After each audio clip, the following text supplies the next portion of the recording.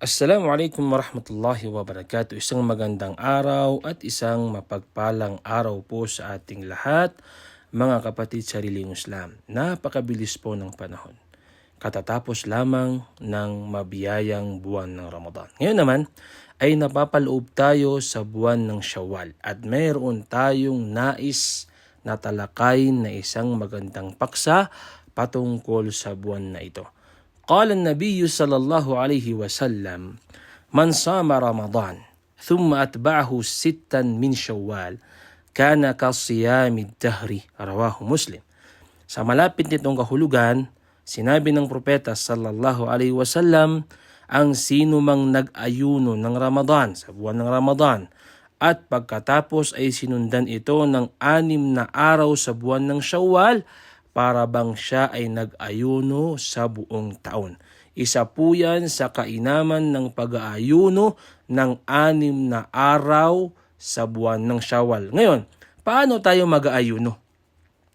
Una, maaring sunod-sunod. Maaring 6 na araw na sunod-sunod.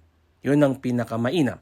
Pangalawa, pwedeng alternate. Halimbawa, busy ka, meron kang trabaho, hindi ka makapag-ayuno ng sunod-sunod. Pwedeng every other day. Ngayon halimbawa, mag-ayuno ka, tapos bukas busy ka, walang problema sa isang araw. Importante, 6 na araw.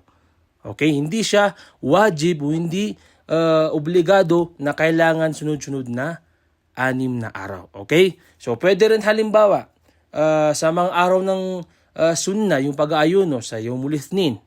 Okay, sa Yawmul Khamis. Okay, next week ulit, Yawmul Ithnin, Yawmul Khamis. Sa next week ulit, Yawmul Ithnin, Yawmul Khamis. Importante ay makagawa ka ng 6 na araw na pag-aayuno sa buwan ng Shawwal. Okay, ngayon, mga kapatid sa relihiyong Islam, ano ba ang hukom nito? Anong hatol nito? Ito ay tinatawag na sunnah mustahabbah, walaysa wajiban.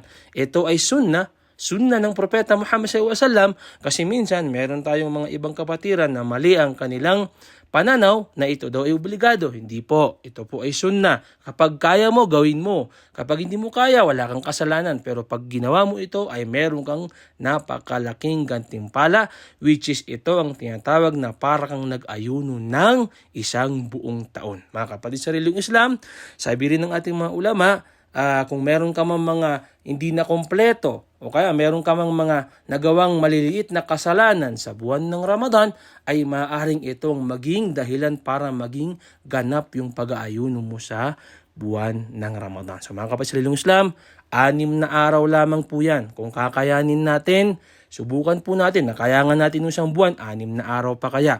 Ibigay po natin ito sa ating mga sarili dahil ito po ay mayroong napakalaking gantimpala na maaaring hindi mo makuha sa ibang mga buwan. Hanggang sa muli mga kapatid sa relihiyong Islam, naway mayroon tayong napulot na aral na maaari nating isabuhay sa ating pang-araw-araw na pamumuhay. Hanggang sa muli, akhiru da'wana, alhamdulillahi rabbil alamin.